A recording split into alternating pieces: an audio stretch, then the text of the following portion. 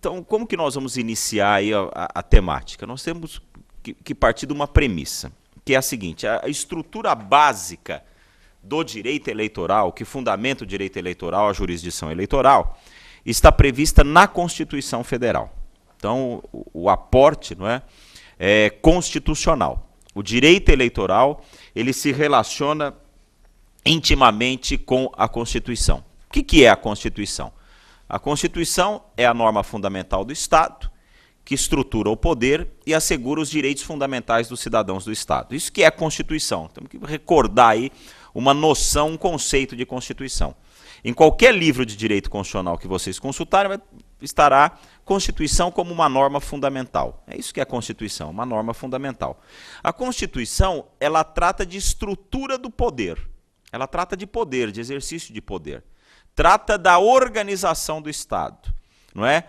Trata dos direitos fundamentais, que aliás é um aspecto histórico do direito constitucional. Não é? O soberano concedendo direitos aos súditos, foi assim que surgiu essa ideia das cartas magnas, não é? E limitando o poder. Constituição, então, trata desse relacionamento entre o cidadão e o Estado. Não é? Isso é um primeiro aspecto que nós precisamos verificar. Outro aspecto é a natureza da Constituição. Qual que é a natureza da Constituição? A natureza da Constituição é normativa. O que significa isso? Significa que os preceitos constitucionais... O que significa eu afirmar que determinado objeto tem natureza normativa? Significa que está presente o binômio exigibilidade, obrigatoriedade. Eu posso exigir o cumprimento da Constituição e eu sou obrigado a seguir os preceitos constitucionais. Isso é importante, não é, para o nosso estudo. A Constituição tem natureza normativa. E a Constituição organiza o Estado. Que espécie de Estado que a Constituição quis organizar? O que cria o Estado, o que constitui o Estado é a Constituição. Se a Constituição organizou um Estado autoritário, a interpretação que nós vamos conceder a todo o sistema jurídico será a interpretação de um Estado autoritário. Se a Constituição organizou um Estado liberal, a interpretação que nós vamos conceder será de Estado liberal. Que espécie de Estado a Constituição organizou? A Constituição organizou o Estado democrático e social de direito. O texto constitucional organizou, então, criou o Estado democrático e social de direito. O que significa isso? Estado democrático e social de direito. É o plexo, é a união entre os preceitos do Estado liberal e os preceitos do Estado social.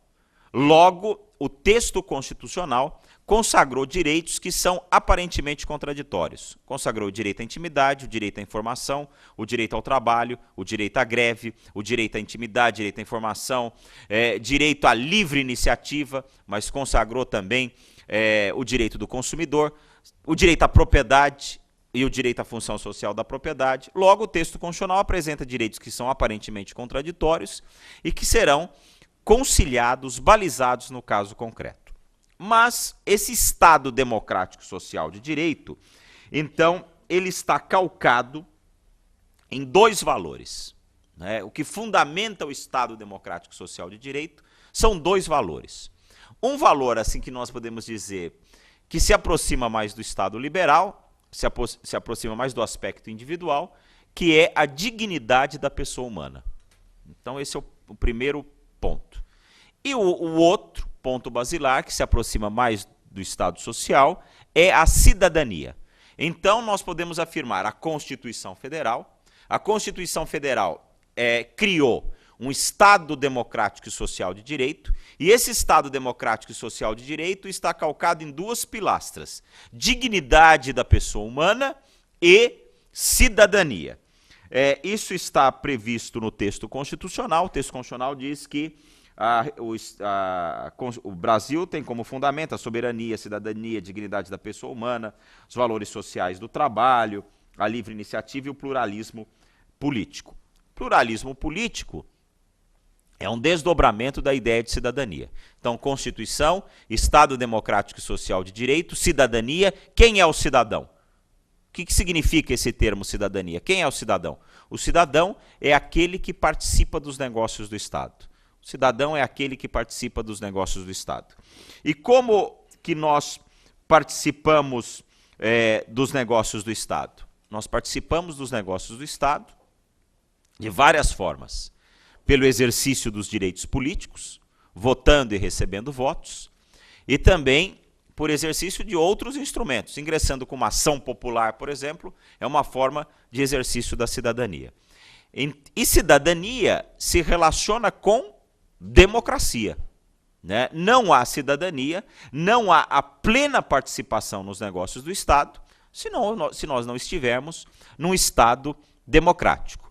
Mas há um desdobramento também, há uma consequência, algo inerente à democracia e à cidadania, que é o pluralismo político. O que significa pluralismo político? Pluralismo político significa dois aspectos. Primeiro aspecto, a liberdade de ideologias. Primeiro aspecto é a liberdade de ideologias. O que significa essa liberdade de ideologias? Significa a participação plural da sociedade e significa a diversidade de opiniões. Então, é algo inerente à democracia também, à cidadania, a diversidade de opiniões, não é? A liberdade de ideologias. E o segundo ponto do pluralismo político é a possibilidade de formar vários centros de poder. A possibilidade de formar vários centros de poder. Como que nós formamos vários centros de poder? Nos associando para participar dos negócios do Estado. E aí surgem as ONGs, não é? As associações que buscam participar, não é, da sociedade civil, participar dos negócios da sociedade civil. E algo que é inerente também à democracia, pelo menos no Estado democrático brasileiro, que é os partidos políticos. Participar dos negócios, a participação nos negócios do Estado, em algum momento, se dá por intermédio dos partidos políticos. Então, partido político também é um ator importante para a participação dos negócios do Estado. Como que eu participo dos negócios do Estado? Votando, né? E quando que o sujeito atinge o status de cidadão? Com o alistamento eleitoral. Com o alistamento eleitoral, ele pode participar de uma forma, não é, nos negócios do Estado, que é votando, escolhendo os seus eleitores. Eu estava conversando ontem, né, que nós perdemos a Copa do Mundo. E alguns, é engraçado, o Brasil tem 200 milhões de técnicos, né? Então, não, aí foi um erro tático, não é? Devia ser 3, 4, não, devia colocar o problema é do meio volante. Não, a escalação está errada, não é? Então, nós seríamos campeões, teríamos o título se tivesse uma outra escalação. A escalação para o Brasil nós podemos opinar, não é? Votando. Infelizmente nós esquecemos, não é? É feita uma pesquisa, poucas pessoas se lembram em quem votou nas últimas eleições, não é? Isso é algo interessante. Nós esquecemos quem nós votamos na última eleição para deputado federal. Nós vamos votar agora para deputado estadual, federal, senador. Na última eleição votamos em quem? Para deputado federal e deputado estadual. Ele correspondeu, apresentou projetos de lei, participou da vida parlamentar. A maioria se esquece, não é? Então, uma forma é votar. Outra forma de participar dos negócios do Estado é receber votos. Capacidade eleitoral passiva. E para receber votos, aí é o que eu falava há pouco. Eu tenho que estar afiliado a partido político. Esta forma de participação se dá por intermédio dos partidos políticos. É interessante que alguns defendem, mas no Brasil nós não temos. Não existe a candidatura avulsa. Eu não posso me candidatar se eu não estiver filiado a partido político. Não é? A condição de elegibilidade é a filiação a partido político. O que não acontece, por exemplo, nos Estados Unidos da América do Norte. Lá existe a candidatura avulsa. É lógico que os candidatos a presidente da República aparecem, tem o maior destaque, os candidatos do Partido Republicano, né, e do Partido Democrata. Mas existem vários candidatos que se candidatam de maneira avulsa. Existe a possibilidade da candidatura avulsa. No Brasil, não. No Brasil, há a necessidade, a filiação a partido político. Então, esse relacionamento, né, entre o Estado, o cidadão, né, precisa de um regramento. E este regramento surge por intermédio do direito eleitoral. É interessante, eu não sei se vocês já verificaram, que houve um aprimoramento do direito eleitoral, ou se fala mais em direito eleitoral, dia a dia, não é? Há 20 anos não se falava tanto em direito eleitoral. Por que isso? Com a redemocratização do país e com o advento da Constituição de 88, que implantou o exercício da cidadania, houve a necessidade de se discutir o direito eleitoral, que é o limite, não é?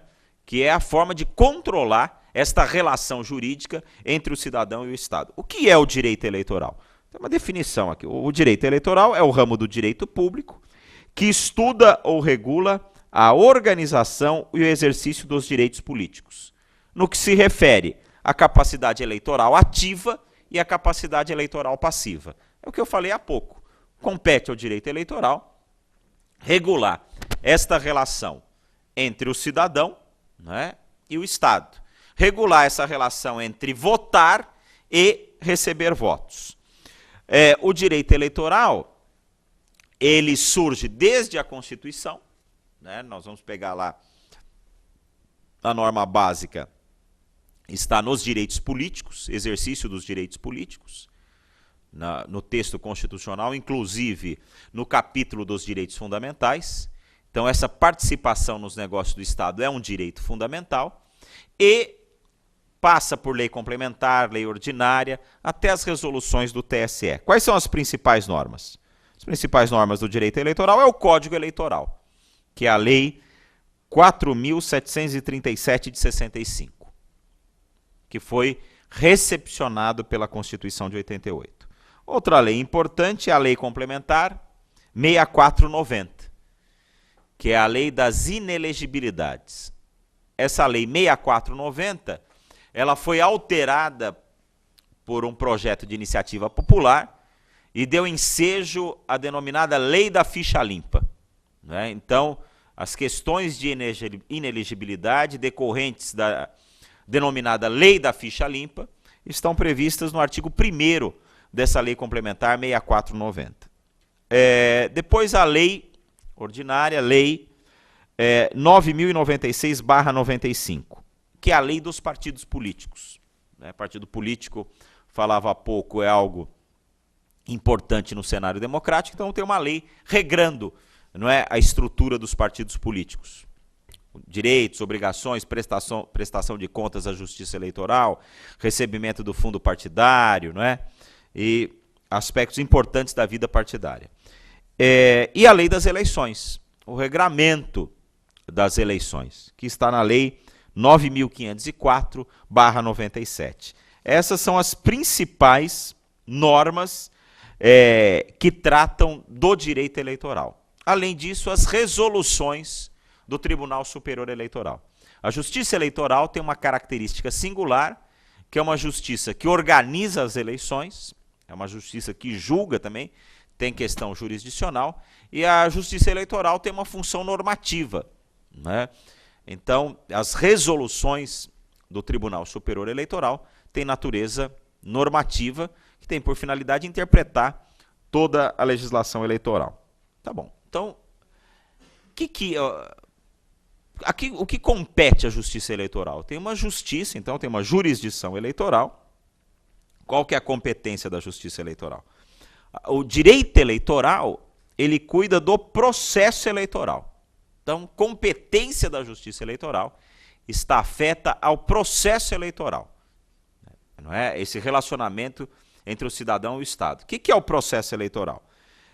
Desde os atos preparatórios do pleito, né, as convenções partidárias, escolha de candidatos, até a diplomação dos eleitos. Né? Então, aí está um aspecto temporal, não é, de competência da jurisdição eleitoral. Essa é a limitação e preocupação direta, não é, da Justiça Eleitoral. A justiça eleitoral tem uma missão, né? O direito eleitoral tem uma missão. Qual que é a missão? Zelar pela lisura do pleito eleitoral. É essa a função do direito eleitoral. Então, o que compete à justiça eleitoral? Garantir a legitimidade e a legalidade das eleições. Esse é o ponto primordial. Garantir a legitimidade e a legalidade das eleições, né? Então, compra de votos, abuso do poder econômico. Então, a justiça, existe uma série de ações que tem por finalidade garantir isso, a legitimidade e a legalidade do pleito. O direito eleitoral é matéria constitucional, não é? Tem um aporte constitucional. E se houver, então, algum ato que ofenda a legalidade e a legitimidade desse processo, compete, então, à Justiça Eleitoral averiguar. E averigua como? Por meio de representação, por meio de ação eleitoral que tem esse objeto. Quem tem legitimidade? O primeiro defensor dessa legitimidade, da legalidade do pleito, é o Ministério Público, o Ministério Público Eleitoral. Então, há um Ministério Público, todos sabem a função institucional do Ministério Público, está previsto lá no artigo 127 da Constituição Federal, e tem um braço do Ministério Público, que é o Ministério Público Eleitoral. No âmbito dos tribunais, Tribunal Regional Eleitoral e Tribunal Superior Eleitoral, compete ao Ministério Público Federal, né? São os procuradores da República que atuam nessa seara. E na primeira instância, nas eleições municipais, compete ao promotor eleitoral da comarca, que é membro do Ministério Público Estadual. Não há problema porque há unidade do Ministério Público, vocês estudaram isso, né? Embora haja uma divisão entre Ministério Público Federal e Estadual, há uma unidade institucional do Ministério Público. Então, o principal instrumento é a ação de investigação judicial eleitoral. Então, para coibir esses abusos, ação de investigação judicial eleitoral, que nós podemos dividir didaticamente em 4 espécies. Quais são essas espécies? Ação de investigação judicial eleitoral por abuso de poder. Ação de investigação judicial eleitoral por abuso de poder. Onde está previsto isso? No artigo 1º, inciso 1, a linha D e H da Lei Complementar 6490 e artigo 19. Então, por abuso de poder. Né? Então, quais são os casos? O prefeito, né, que se utiliza da máquina, né, isso desequilibra o pleito eleitoral. Pode ser abuso do poder econômico, abuso dos meios de comunicação. Né? Então, às vezes, numa pequena cidade, alguém que domina um jornal, se abusar desses meios de comunicação, isso, o que acontece? Desequilibra o pleito. Porque um dos aspectos da jurisdição eleitoral é garantir o quê? A igualdade de oportunidades. Segunda ação, ação de investigação judicial eleitoral por captação ou gasto ilícito de recursos para fins eleitorais. É o famoso artigo 30A. Isso está previsto no artigo 30A da Lei 9.504/97. Este artigo 30A, ele procura coibir o quê? O famoso caixa 2. Né? O sujeito, então, declara que vai gastar X a Justiça Eleitoral e se utiliza de caixa 2. Né? Ou recurso ou captação de gasto ilícito. Né? Há notícias de candidatos que são financiados pelo tráfico ou são financiados pelo jogo do bicho. Não é? Esse artigo 30A tem por finalidade coibir, não é, esse gasto ilícito. Recursos que foram arrecadados para campanha eleitoral, mas são recursos oriundos de gasto ilícito. Então eu tenho que provar o quê primeiro? Que o numerário, o valor é ilícito. E segundo, que esse valor ilícito foi aplicado na campanha eleitoral. Né? Então é uma prova difícil. Não é? Depois, outra ação. Ação de investigação judicial eleitoral por captação ilícita de sufrágio. Ação de investigação judicial eleitoral por captação ilícita de sufrágio. É o artigo 41A da Lei 9.504/97. O que é isso, captação ilícita de sufrágio? Compra de voto. É um nome assim para compra de voto. Como que se compra voto? De várias formas, né? Ou por dinheiro, às vezes uma promessa indevida. Então, olha, se eu for eleito, vocês aqui que são comissionados, vocês vão continuar nos cargos. É uma forma, a Justiça Eleitoral tem entendido que isso é uma forma de compra de voto. Se eu for eleito, esse grupo que está aqui, eu vou passar a escritura. A prefeitura vai dar a escritura da casa de vocês estão aqui de forma irregular, estão tomando esse terreno, tomaram aqui o terreno de forma irregular, eu vou, então, conceder a escritura se for eleito prefeito. Isso foi entendido já como captação ilícita de sufrágio. Agora, o limite, às vezes, é tênue. Tem coisa que é escancarada mesmo, né? Às vezes, eu não tinha noção que isso acontecia no Brasil. Pessoas vendendo voto por um botijão de gás.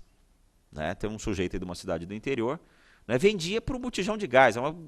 Eu estava chegando na jurisdição eleitoral, não é isso mesmo? Não, vendia por um botijão de gás, em troca de voto.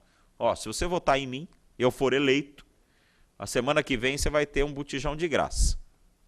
Tem um mês aí de gás de graça. Aquele negócio do par de sapato, dá um par, depois dá outro, acontece ainda, né? Aquela história, quer dizer, a urna eletrônica, alguns falam, não, outro dia eu fui numa palestra da segurança da urna eletrônica, né? Não, pode ter, será que é seguro, será que dá para violar e etc. Bem, segurança só em Deus, né? Nada no mundo, a gente vive a sociedade de risco, mas é mais seguro, isso eu garanto, do que o voto de papel. O voto de papel era uma insegurança, primeiro porque depois aprimoraram, mas antigamente o sujeito diz que entrava, conseguia uma cédula da Justiça Eleitoral.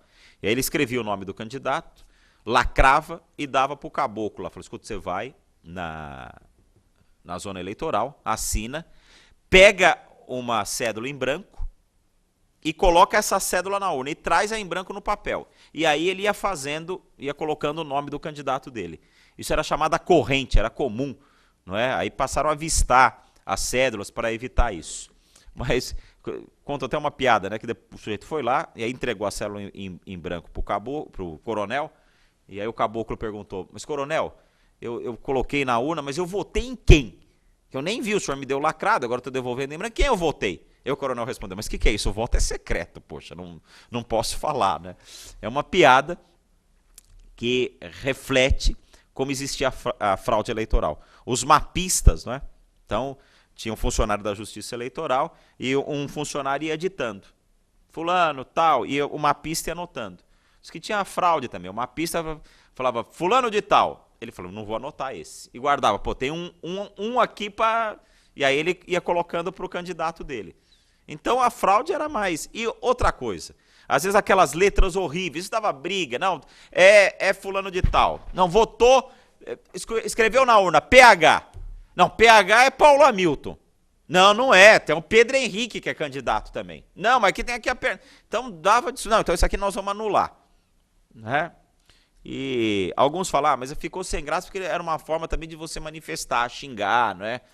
Então, uma vez votaram no Cacareco, né? Foi eleito. Então, mas essa questão da captação ilícita de sufrágio. Então tem coisa que é escancarada. Mas às vezes fica uma linha tênue, né, entre promessa de campanha e compra de voto. Eu posso ser, não sou candidato, viu, gente? Então não estou fazendo campanha, mas eu podia ser candidato. Aí falou, olha, se eu for eleito, eu vou apresentar um projeto de lei, né, para diminuir a alíquota do imposto que recai sobre os escritórios de advocacia. Isso aqui é um pleito, isso é promessa de campanha. não é? Se é abstrata, não é? É um projeto. A compra de voto precisa ser o quê? Determinada. Eu preciso identificar quem eu estou comprando. Eu estou comprando do Antônio, do José, ou de um grupo determinado. Não é? Se eu chego para um grupo restrito, fecha e fala, olha, se eu for eleito, vocês terão uma vantagem financeira. Isso me parece ilegítimo, não é? E outra ação. Ação de investigação judicial eleitoral por conduta vedada. Ação de investigação judicial eleitoral por conduta vedada. Essas condutas vedadas estão previstas nos artigos 73, 74, 75 da Lei 9.504/97. Não é? Então, por exemplo, funcionário público não pode fazer campanha na repartição. Não é? Eu não posso usar a máquina administrativa para fazer campanha. Os funcionários, isso é comum, não é? Então, o sujeito é funcionário da prefeitura. E aí, eu sou comissionado. Eu tenho interesse que o prefeito seja reeleito para manter meu emprego. Isso é inerente ao homem. Não posso fazer campanha na prefeitura. Não posso fazer campanha no horário de trabalho. Depois, o meu trabalho terminou às 18, às 19 horas eu posso participar de comício, eu sou cidadão. Mas não pode no horário de trabalho. No horário de trabalho está trabalhando para a prefeitura, para a comunidade, não para o prefeito. Então, essas 4 ações têm por finalidade coibir esses atos que ofendem a igualdade no pleito. O que é abuso, né? Então, se nós falamos em abuso do poder econômico, nós falamos em abuso do poder, o que é abuso?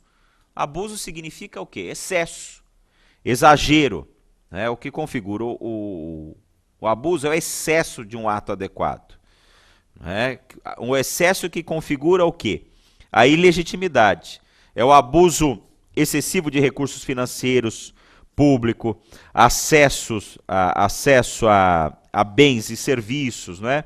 Então, a própria propaganda eleitoral, também a propaganda eleitoral está adstrita a limites que estão dispostos nas resoluções do Tribunal Superior Eleitoral. Propaganda eleitoral é algo legítimo? É legítimo. Né? Se eu sou candidato, eu preciso me utilizar da propaganda. É algo até democrático. O que é a propaganda eleitoral? É conquistar, é a mesma coisa da propaganda de produto, né? Eu quero conquistar pessoas para usarem o meu produto. O que é a propaganda eleitoral? É a conquista dos eleitores. Eu quero conquistar os meus eleitores e isso se faz por intermédio de propaganda eleitoral. O que não pode é o abuso, né? Abusar da propaganda eleitoral.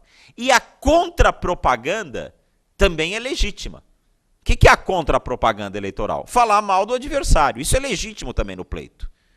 Eu sou candidato a governador do estado. Eu tenho todas as condições de administrar o estado de São Paulo. Eu já fui senador, eu já fui deputado, já fui prefeito, eu tenho experiência administrativa, mas o meu adversário não tem experiência administrativa. Ele vem da iniciativa privada.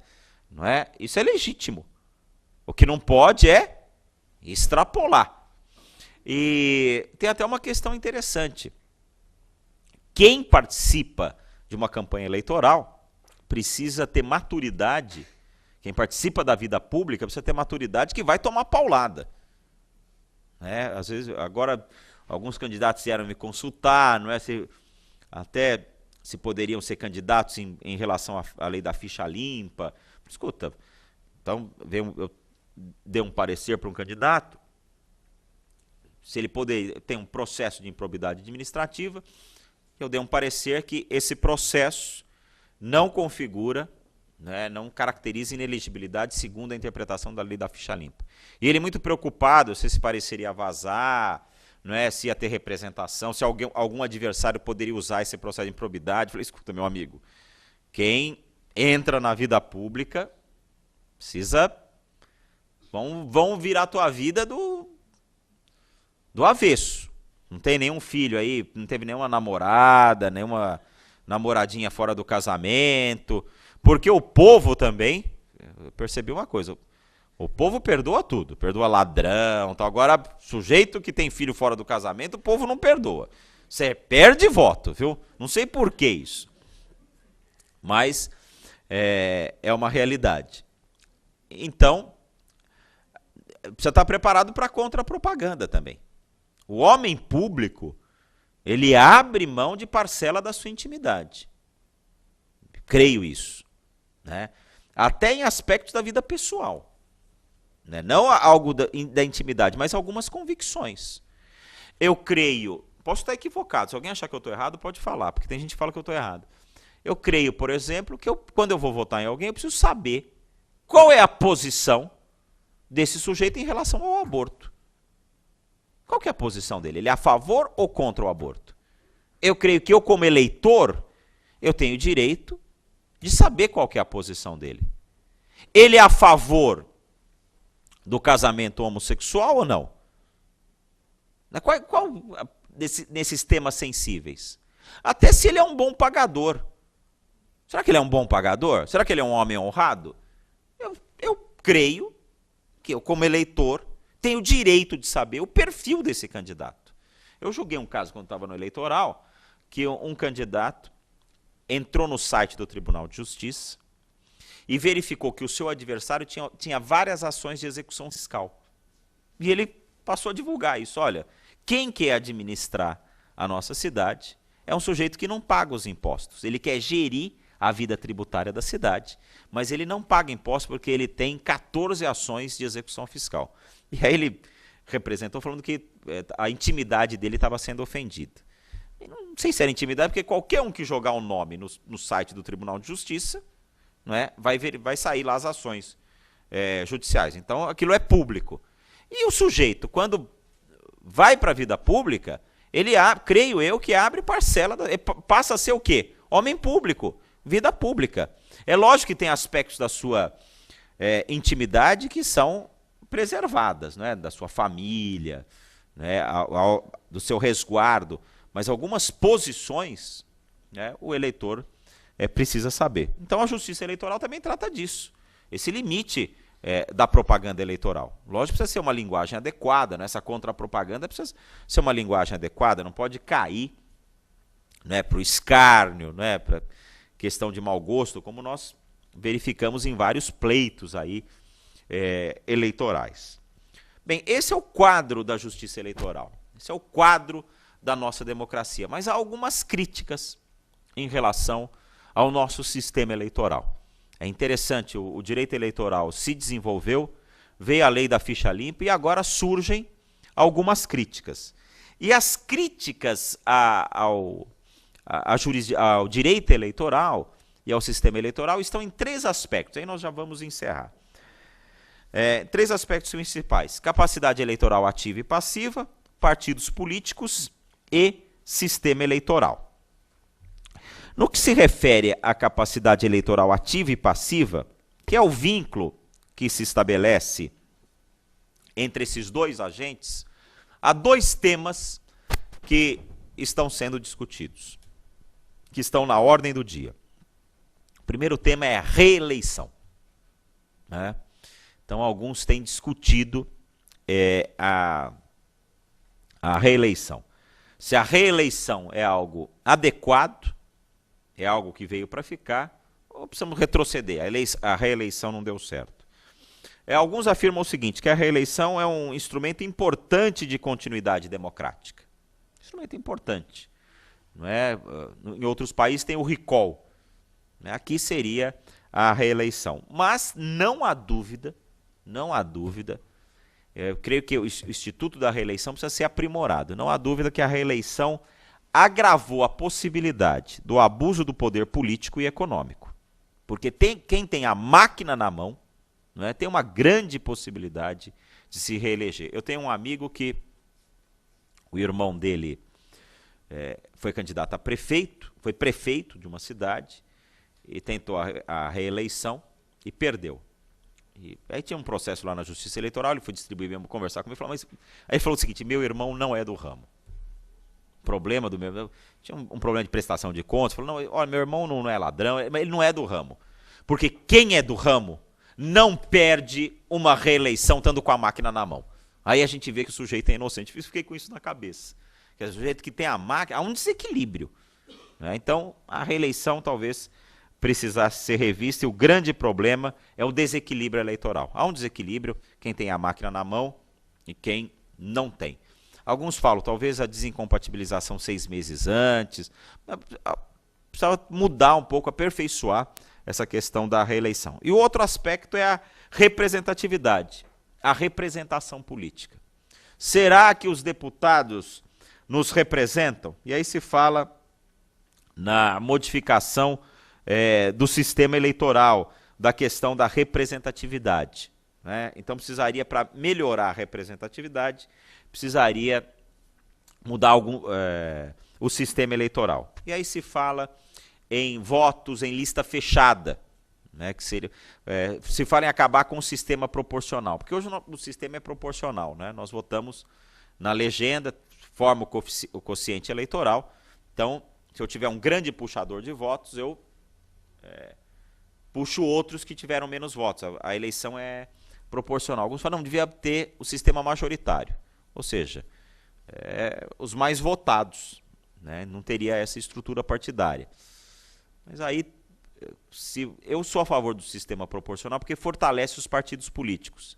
Senão, só os mais votados, as minorias, não teriam a representatividade. Uma questão que já foi resolvida pela Justiça Eleitoral é a fidelidade partidária. Né? O sujeito precisa ser fiel ao partido. Né? Então, era comum esse troca-troca de partidos. Hoje já tem uma resolução 22.610, se houver a troca do partido político. Troca de partido político, sem uma motivação, a justa causa, se eu provar que há discriminação pessoal, mudança da ideologia partidária, eu posso mudar de partido. Caso contrário, não. Eu devo ser fiel ao partido que eu fui eleito. Não é? Se fala em cláusula de barreira, isso precisa ter uma cláusula de barreira, não é? Que é o problema de a criação dos partidos políticos. Nós temos hoje 31 partidos políticos, se não me falha a memória. Tudo bem, pode ter bastante partido político, que tenha 100 partidos políticos. Isso é democrático, a criação de partidos políticos. Creio que não há como impedir a criação de partido político. Mas tem que ter uma cláusula de barreira, uma cláusula de desempenho. Não é? Qual que é a finalidade do partido político? É a tomada do poder. Essa é a finalidade. Isso é legítimo. Eu estou criando um partido político que eu quero tomar o poder segundo as regras democráticas, e aí implementar o meu programa de governo. Isso é a finalidade do partido político. Agora eu crio o partido, nunca toma o poder, não consegue eleger deputados, e só negocia tempo de televisão, faz coligação, essa não é a finalidade. Então precisa ter uma cláusula de barreira. Se não tem o desempenho necessário, não vai ter acesso ao fundo partidário, não vai ter acesso a tempo de televisão. Não é? Isso já foi julgado pelo Supremo Tribunal Federal de forma equivocada, entendeu? Que a cláusula de barreira, ou cláusula de desempenho, ofendia o sistema democrático. Não. Isso, se voltar ao Supremo, creio que será melhor apreciado. Outra questão é o financiamento público das campanhas. Né? Se fala, as campanhas hoje estão milionárias, né? Ficou um negócio desproporcional. Então se fala em financiamento público. Não sei se o financiamento público vai melhorar, porque já existe o financiamento público por meio do fundo partidário, mas estritamente público, não sei se é algo adequado, porque o cara não vai inibir o Caixa 2. Se fala em fim das coligações, né, que acabaria com esses partidos nanicos. Outra questão que é defendida, embora eu não seja a favor, é o voto facultativo. Se afirma que numa democracia eu tenho que ter a liberdade de não votar. Eu creio que o voto, além de ser um direito, é um dever com o país, então eu sou a favor do voto obrigatório. Embora, o voto é obrigatório. Obrigatório, eu nem gosto de falar isso, mas obrigatório entre aspas, não é? Porque se eu faltar, eu posso justificar, ou se não pagar a multa eleitoral, se eu pagar a multa eleitoral, eu estou quite com a justiça eleitoral, né? Qual que é o valor da multa eleitoral? Olha, uma multa caríssima, não é? Então, um sujeito que não tem muito compromisso com a democracia, olha, no dia da eleição, vai ter um churrasco lá no Guarujá, boca livre, uma beleza, eu penso, R$ 3,51 vale a pena. Então, não sei se o voto continua sendo... se o voto continua sendo obrigatório, né? Então, o sistema eleitoral, na verdade, ele deve conciliar, né, qualquer reforma, eu falo, qualquer reforma tem que pensar em duas coisas. A representatividade, eu tenho que representar a maior parcela da sociedade, todos precisam ter representação lá, quem é a favor do aborto, quem é contra o aborto, quem é a favor do casamento entre pessoas do mesmo sexo, quem é contra, todos vão estar representados na Casa Legislativa. Então, qualquer sistema eleitoral precisa se garantir a representatividade. E dois, precisa se garantir também a governabilidade. Né? Precisa garantir uma forma de se governar. Não adianta também ter uma representatividade, o executivo não consegue governar. Esse é o limite. O direito é a técnica dos limites, não é? Garantir a composição. E a composição no Congresso, a composição para governar é difícil, né? É uma arte, porque é interessante que a composição para derrubar é fácil, né? Mas a composição para governar, a coalizão, essa é a dificuldade. Até se fala o seguinte, que essas manifestações, não é? Dizem que isso é uma característica do ser humano, né? O ser humano se une para derrubar, né? E diz que o povo se junta para odiar, não é? Que não tem nenhuma manifestação para agradecer, sempre para odiar. E é interessante, eu vou terminar contando uma passagem do Jânio Quadros, né? Quando o Jânio Quadros era presidente, o Roberto Campos trabalhava, esse famoso economista Roberto Campos trabalhava no governo junto com Clemente Mariano, que acho que era o ministro da Fazenda, se não me falha a memória. Precisava aumentar a gasolina. E aí foram lá conversar com o presidente Jânio Quadros, que precisava anunciar o aumento da gasolina.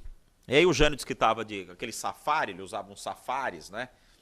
Estava na cadeira encostado, e o Roberto Campos começou a explicar, e ele, fingindo que não estava prestando atenção. Aí o Roberto Campos diminuiu o discurso.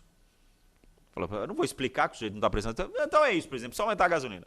Aí ele fez duas perguntas. Diz que uma pergunta da exposição que ele ia...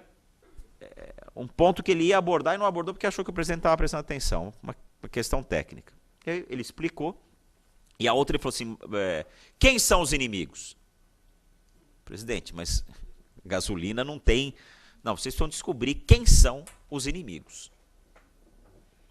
Eles saíram, voltaram e... Presidente, nós nem entendemos. Aí falou, já resolvi.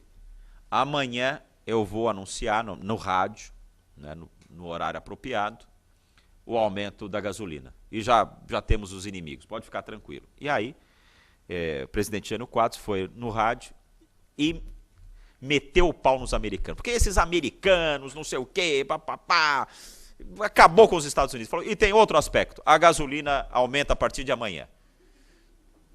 No dia seguinte, Roberto Campos pegou um táxi no Rio de Janeiro e falou, escuta, aumentou a gasolina, o que você acha? Falou, mas esses americanos, olha, eu vou falar uma coisa, viu? Tal. E a gasolina aumentou? Vai ser mais difícil para trabalhar, mas o presidente está certo, os americanos querem dominar aqui o país, etc. E aí o Roberto Campos ligou acho que pro embaixador americano aqui no Brasil, falou, olha, eu estou ligando em nome do governo para desculpar, não foi mais... Não! O presidente Jânio Quadros já me ligou antes do anúncio, falou que ia meter o pau por uma questão da gasolina, estava tudo certo. Ou seja, o povo se une para odiar, não é? Nunca para amar. Então, era esse o recado que eu queria dar para vocês, o quadro do direito eleitoral e alguns pontos de reforma que estão sendo discutidos e que nós precisamos estar atentos até para formar a nossa opinião e a nossa convicção.